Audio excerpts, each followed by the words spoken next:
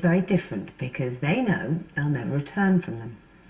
Every year, around 1,500 young people call the Forced Marriage Unit for help, with a significant number of those calls being made around now. Almost a third of cases involve teenagers under 18. And it's not just young women at risk. Last year, almost a quarter of victims were male. This is the incredibly heartbreaking story of one woman who managed to escape after being forced into an arranged marriage when she was just 17.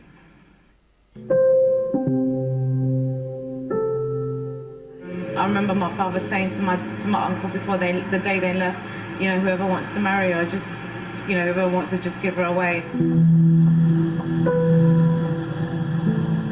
The hardest thing for me was seeing my parents go into a car and leaving me, and I was hugging onto my brother and I was begging him not to let me go.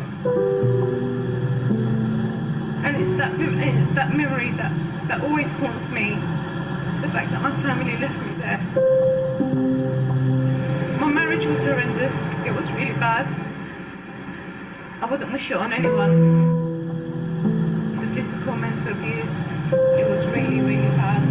From a girl that was really bubbly and full of energy, I became this person that had totally shut down.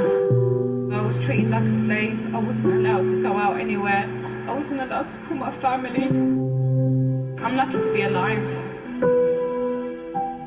Well, Aneeta Prem, the founder of Freedom Charity, which helps victims of forced marriage, is here now. I mean, the woman we just heard there did manage to escape and come back to the UK, but that's so often not the case, isn't it? No, it isn't. I mean, the lady you saw on the film there is now acting as an ambassador for Freedom Charity, and she's helping us go into schools and talk about the dangers of forced marriage. What was your experience? Have you got a personal experience of something like this, Aneeta? I mean, I founded the charity basically to help young girls and boys that are forced into marriage, because there doesn't appear to be any other charities out there that actually do work in prevention in schools to the degree we do. We're welcome.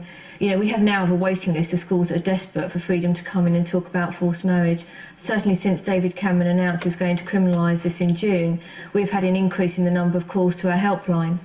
So it's made people feel more confident that the law would be on their side, even though, unfortunately, it's not yet in place, is it? It isn't yet in place, and hopefully it will be in place early next year. But when it comes in, I think everyone knows the prevention side of it is better than the cure. I mean, you know, ladies like the girl in the film there, she suffered horrendous rape every night at the hands of her husband that she was forced into marry. So year on year, the campaign is helping improve matters. What's the message, the continual message that you guys are putting out there for women? I think the key message is this summer is a key time where young girls and boys will be taken abroad and forced into marriage. And if we can work with schools before this happens, inform the friend, the best friend, because that's who a victim would be telling, and they would know what the key signs are. But it's not fair that we're delivering to all the schools in the UK. We hope that will be a really good message to stop this happening in the future. But what power do you have? I mean, if someone does come forward and say, I'm fearful this is going to happen to me or my best friend, what can you do? Do you take them away from their family? Can you step in and, you know, what power do you have at present? I mean, the most extreme cases, you have people, the girls that are taken away. We've had a case a couple of years ago where a young girl, she's now in foster care, she's now continuing her education, but her parents weren't prepared to do anything but take her abroad and force her into marriage. She was brave enough to contact us, and she's now, you know, in a placement where she's studying. She's not, you know, she would love to still be with her mum and dad, but her mum and dad have made that impossible for it to happen. What they were going to do with her is child abuse. Preventing this happening is key, and that should be the focus, of course. What about offering help for those that find themselves trapped in a forced marriage? I mean, Freedom Charity has a 24-hour helpline and text line. Later this summer, we're launching an app which will have all the key signs.